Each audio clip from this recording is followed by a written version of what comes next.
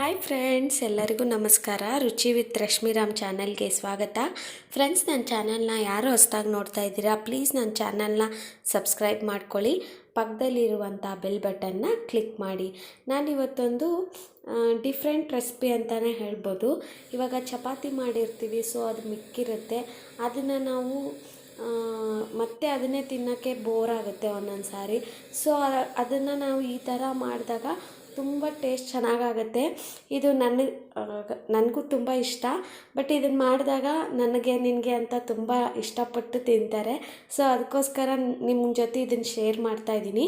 ನಾನಿಲ್ಲಿ 2 ಚಪಾತಿನ ಮಾಡ್ತಾಯಿದ್ದೀನಿ. ನೋಡಿ, ಚಪಾತಿನ ಈ ಥರ ಸಣ್ಣದಾಗಿ ಕೈಯಿಂದ ಪೀಸಸ್ನಾಗಿ ಕಟ್ ಮಾಡ್ಕೊಳ್ಳಿ. ಸ್ವಲ್ಪ ಚಿಕ್ಕದಾಗಿ ಇರಲಿ ಪೀಸಸ್ಸು, ಅಂದರೆ ಚೆನ್ನಾಗಿರುತ್ತೆ ತಿನ್ನೋದಕ್ಕೆ. ನಾನು ಇದನ್ನು ಬೆಳಗ್ಗೆ ಮಾಡಿದ್ದೆ ಚಪಾತಿ. ಸೊ ನೈಟಿಗೆ ಈ ಥರ ಮಾಡ್ಕೊಳ್ಳಿ, ಚೆನ್ನಾಗಿರುತ್ತೆ, ತುಂಬ ಇಷ್ಟ ಆಗುತ್ತೆ. ಸೊ ಚಪಾತಿನಲ್ಲೂ ಮಾಡ್ಕೊಬೋದು, ಜೋಳದ ರೊಟ್ಟಿಯಲ್ಲೂ ಮಿಕ್ಕಿದಾಗ ಇದನ್ನು ಮಾಡ್ಕೊಳ್ಳಿ. ಬಟ್ ಮಾಡೋ ಪ್ರೊಸೀಜರ್ ಎರಡೂ ಸೇಮ್ ಆಗಿ ಇರುತ್ತೆ.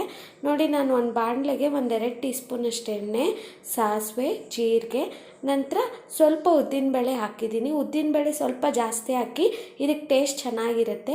ಸ್ವಲ್ಪ ಎಲ್ಲ ಚಟ್ಪಟ ಅಂದು ರೋಸ್ಟ್ ಆಗಿದ್ದು, ನಾನು ಸಣ್ಣದಾಗಿ ಹೆಚ್ಚಿರೋ ಒಂದು 5ರಿಂದ 6 ಬೆಳ್ಳುಳ್ಳಿನ ಕಟ್ ಮಾಡಿಬಿಟ್ಟು ಒಗ್ಗರಣೆಗೆ ಹಾಕಿದ್ದೀನಿ. ಅದು ಸ್ವಲ್ಪ ಬೆಳ್ಳುಳ್ಳಿ ಫ್ರೈ ಆಗಿದ್ದು, 1 ಈರುಳ್ಳಿನ ನೈಸಾಗಿ ಕಟ್ ಮಾಡಿ ಫ್ರೈ ಮಾಡೋಕ್ಕೆ ಹಾಕಿದ್ದೀನಿ. ಇವಾಗ ಚೆನ್ನಾಗಿ ಫ್ರೈ ಆಗಲಿ. ನೋಡಿ, ಇವಾಗ ಫ್ರೈ ಆಗಿದೆ. ನಾನು ಒಂದು 2 ಹಿಡಿಯಷ್ಟು ಮೆಂತ್ಯ ಸೊಪ್ಪನ್ನು ನೀಟಾಗಿ ತೊಳೆದ್ಬಿಟ್ಟು ಕಟ್ ಮಾಡಿ ಇಟ್ಕೊಂಡಿದ್ದೀನಿ. ಇವಾಗ ಫ್ರೈ ಮಾಡಿ. ಸಪೋಸ್ ಮೆಂತ್ಯ ಸೊಪ್ಪು ಇಲ್ಲ ಅಂತಂದರೆ ನೀವು ಬರೀ ಈರುಳ್ಳಿ ಹಾಕಿ ಕೂಡ ಮಾಡ್ಕೊಬೋದು, ಅದು ಕೂಡ ಚೆನ್ನಾಗಿರುತ್ತೆ. ಬಟ್ ಇದ್ದರೆ ನೀವು ಹಾಕ್ಬಿಟ್ಟು ಮಾಡಿ, ಚೆನ್ನಾಗಿರುತ್ತೆ. ಇದು ಸೇಮ್ ಜೋಳದ ರೊಟ್ಟಿಯಲ್ಲೂ ಮಾಡಿ ಫ್ರೆಂಡ್ಸ್, ಎರಡರಲ್ಲೂ ಚೆನ್ನಾಗಿರುತ್ತೆ. ಇವಾಗ ನಾನು ಒಂದು 1/4 ಕಪ್ಪಷ್ಟು ನೀರು ಹಾಕ್ತಾಯಿದ್ದೀನಿ. ಯಾಕಂದರೆ ನಾವು ನೆಕ್ಸ್ಟ್ ಡ್ರೈ ಮಸಾಲ ಸ್ಪೈಸಸ್ಸು ಬೇಗ ತಳ ಹಿಡಿಬಾರ್ದು ಅಂತ ನಾನು ಸ್ವಲ್ಪ ನೀರು ಹಾಕಿದ್ದೀನಿ. ಇವಾಗ ಒಂದು 1/4 ಟೀ ಸ್ಪೂನಷ್ಟು ಅರಶಿನ, ನಂತರ ಒಂದು 1/4 ಟೀ ಸ್ಪೂನಷ್ಟು ಗರಂ ಮಸಾಲ, ನಂತರ ಒಂದು 3/4 ಟೀ ಸ್ಪೂನಷ್ಟು ಖಾರ, ನಂತರ ಒಂದು ಅರ್ಧ ಟೀ ಸ್ಪೂನಷ್ಟು ಉಪ್ಪು. ನಿಮ್ಮ ಖಾರ ಉಪ್ಪು ರುಚಿಗೆ ತಕ್ಕಷ್ಟು ನೀವು ಹೆಚ್ಚಿಸ್ಕೊಬೋದು. ಮತ್ತು ನಾನು ಅದೇ 1/4 ಕಪ್ ನೀರಲ್ಲಿ ಇನ್ನೊಂದು ಸ್ವಲ್ಪ ಮಿಕ್ಕಿತ್ತು, ಅದನ್ನು ಹಾಕಿಬಿಟ್ಟು ಚೆನ್ನಾಗಿ ಕಲಸಿ, ಇವಾಗ ನಾನು ಮೊದಲೇ ಪೀಸ್ ಮಾಡಿರೋಂಥ ಚಪಾತಿನ ಹಾಕಿಬಿಟ್ಟು ಚೆನ್ನಾಗಿ ಕಲಿಸ್ತಾ ಇದ್ದೀನಿ. ಇದು ಒಂದಕ್ಕೊಂದು ಚೆನ್ನಾಗಿ ಹೊಂದ್ಕೊಬೇಕು. ಉಪ್ಪು, ಖಾರ, ನಾವೇನು ಐಟಮ್ಸ್ ಹಾಕಿದ್ವಲ್ಲ ಅದೆಲ್ಲ ಚೆನ್ನಾಗಿ ನಾನು 1ರಿಂದ 1.5 ನಿಮಿಷದಷ್ಟು ಚೆನ್ನಾಗಿ ಫ್ರೈ ಮಾಡಿದ್ದೀನಿ.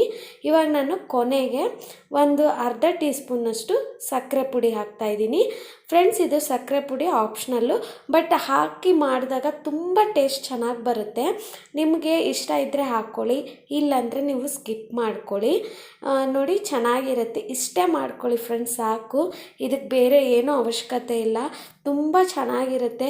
ಇವನ್ ನೀವು ಮಕ್ಕಳಿಗೆ ಇದನ್ನು ಈವ್ನಿಂಗ್ ಸ್ನ್ಯಾಕ್ಸ್ ಆಗಿ ಮಾಡಿಕೊಟ್ರು ಈವ್ನಿಂಗ್ ತುಂಬ ಚೆನ್ನಾಗಿರುತ್ತೆ. ಈ ರೆಸಿಪಿ ನೀವು ಖಂಡಿತ ಟ್ರೈ ಮಾಡಿ.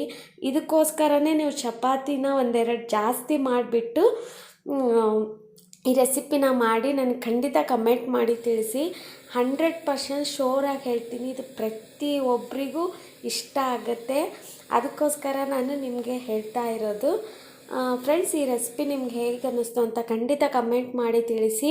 ನಿಮ್ಮ ಫ್ರೆಂಡ್ಸ್ ಜೊತೆಗೆ ಶೇರ್ ಮಾಡಿ, ಲೈಕ್ ಮಾಡಿ. ಮತ್ತೆ ಒಂದು ಹೊಸ ರುಚಿ ಜೊತೆಗೆ ಸಿಗ್ತೀನಿ. ಅಲ್ಲಿವರೆಗೂ ಬಾಯ್ ಫ್ರೆಂಡ್ಸ್.